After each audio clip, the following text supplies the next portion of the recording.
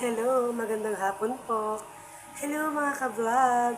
Nandito po ako sa work para kung paano tayo magtinder sa bakery, di ba? Nakaka maganda naman po yung trabaho. And maybe mahal naman natin yung trabaho natin, di ba? Wala tayong magagawa sa buhay, ang importante. Mahal natin ang Diyos at kung paano tayo magdasal, paano tayo makatulong sa tao, di ba?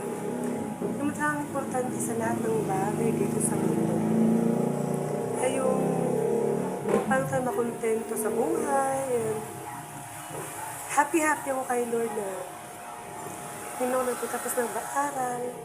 I'm happy na I'm okay. I'm happy just I'm single.